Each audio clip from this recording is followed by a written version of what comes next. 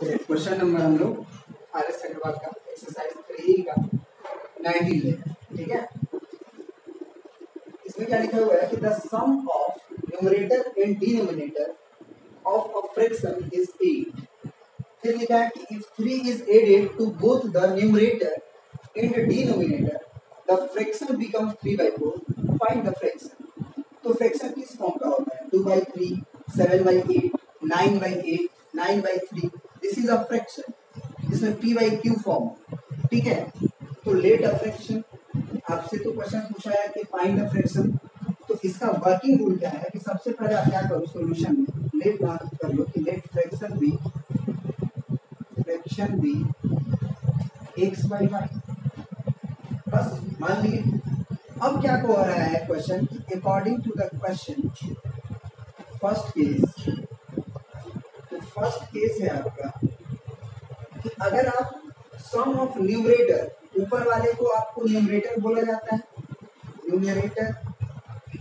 इसको क्या हम लोग ऐसे भी लिखते हैं कभी कभी न्यूमरेटर, और y को बोला जाता है डिनोमिनेटर, जो नीचे होता है डिनोमिनेटर। इसको हम लोग जनरली डिनोमिनेटर करके ऐसे भी लिखते हैं, ठीक है ना। तो कह रहा है कि अगर आप इन दोनों को जोड़ते हैं तो आपको मिलता है 8, ठीक है। फिर सेकेंड केस क्या है? तो सेकेंड केस है आपका कि if 3 is added to the both of numerator and denominator. मतलब अगर न्यूमरेटर में आप क्या जोड़ते हैं 3 और डिनोमिनेटर में भी आप जोड़ते हैं 3, तो जो फ्रैक्शन बनता है नया वाला फ्रैक्शन वो हो जा रहा है 3/4। तो न्यूमरेटर में 3 जोड़े, डिनोमिनेटर में 3 जोड़ के एक फ्रैक्शन हम बनाए तो ये आया, और वो फ्रैक्शन बिकम्स 3/4। तो इसको 3/4 से इक्वेट कर दीजिए। अब क्रॉस मल्टीप्लाई कर लो आप, ये कितना हो जाएगा 4x प्लस 4 3 जा 12 is equal to 3y plus 3 3 जा 9। तो यहाँ से हम कहें अगर y को इधर ले आए तो 4x माइनस 3y और 12 को उधर भेजें तो वो हो जाएगा -3। अब कुछ नहीं करना है, दो इक्वेशन दो अननोन, जैसे आपको लीनियर इक्वेशन को सॉल्व करना है कर लो। हम सब्स्टिट्यूशन से कर देते हैं, इसको हम इक्वेशन नंबर 1 मान लेते हैं, या फिर इसी से हम लोग y का वैल्यू पहले निकाल लेते हैं। तो y is equal to 8 - x होगा, और इसे हम लोग इक्वेशन 1 मान रहे हैं और इसे इक्वेशन 2 मान रहे हैं। अब क्या कर रहे हैं कि 4 × x माइनस 3 × y के जगह पे हम 8 - x लिख सकते हैं, 8 - x, और इज इक्वल टू है -3। कहाँ से लिखें? तो फ्रॉम इक्वेशन 1, फ्रॉम इक्वेशन 1। अब यहाँ से देखो ये 4 माइनस 8 3 जा 24 माइनस माइनस प्लस 3x और इज इक्वल टू -3। तो 4 और 3 7x, 24 को उधर भेज दें तो प्लस 24 होगा, तो प्लस का 21 होगा। तो x बराबर आपका आ गया 3। तो फ्रैक्शन का न्यूमरेटर जो था वो 3 था। Then y is equal to क्या लिख सकते हैं हम इक्वेशन 1 से? तो 8 - x, क्या कहां से? तो फ्रॉम 1। तो ये y का वैल्यू हो जाएगा 8 - 3 यानी कि 5।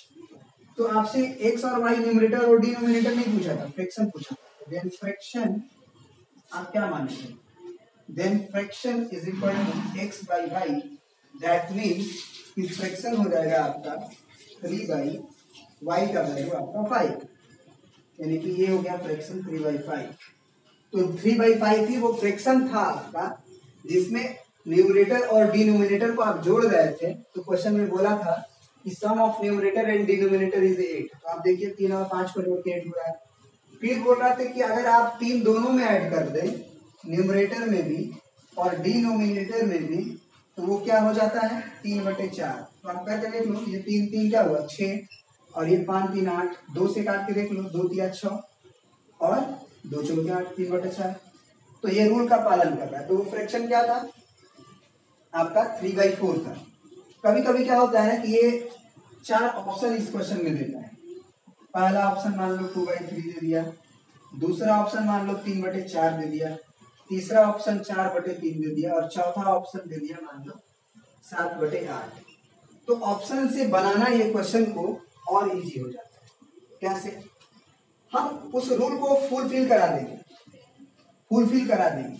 एक आध क्वेश्चन में क्या करो ना इसमें कि जैसे पहला ऑप्शन तो ऐसे ही कट जाएगा कि the sum of numerator and denominator of a fraction is 8 है, तो 3 और 2 जोड़ेंगे तो 5 होगा, तो ये तो ऐसे ही कटा।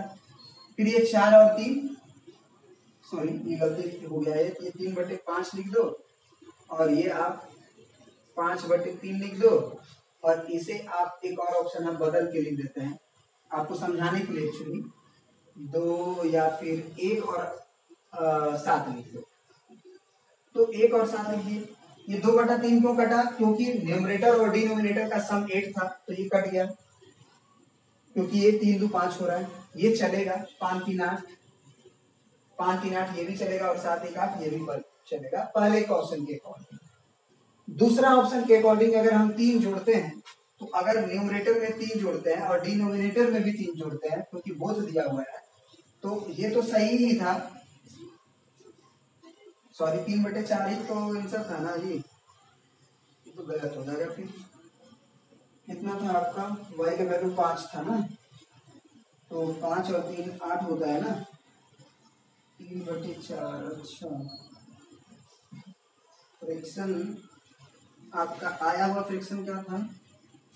तो आया हुआ फ्रैक्शन आपका x का वैल्यू क्या था? आपका 3 था, और y का वैल्यू आपका 5 था, तो ये 3/5 आंसर है। तो तीनों में ऑप्शन है, तो ये तो आपका किया कराया आंसर है, तो ये तो मैच करेगा ही करेगा। देखो ये मैच कैसे नहीं करेगा? तो अगर 5 3 8 हुआ, तो अगर हम इसमें जोड़े 5 में 3 तो 8 हुआ, और 3 में जोड़े 3 तो ये 6 हुआ, तो निश्चित रूप से 2 से काटोगे तो 2 चौके 8 2 3 6, तो ये 4/3 होगा, क्वेश्चन ने बोला है 3/4, तो ये ऑप्शन भी कट जाएगा। अब आ जाते हैं हम लोग लास्ट ऑप्शन पे, 7 और 1 8 पे। तो इसमें अगर हम 1 में 3 जोड़े तो 4 होगा, और 7 में 3 जोड़े तो 10 होगा। इसको काटे तो 2 गुना 4 2 5 10, ये 2/5 हो रहा है, जबकि क्वेश्चन में 3/4 बोला है।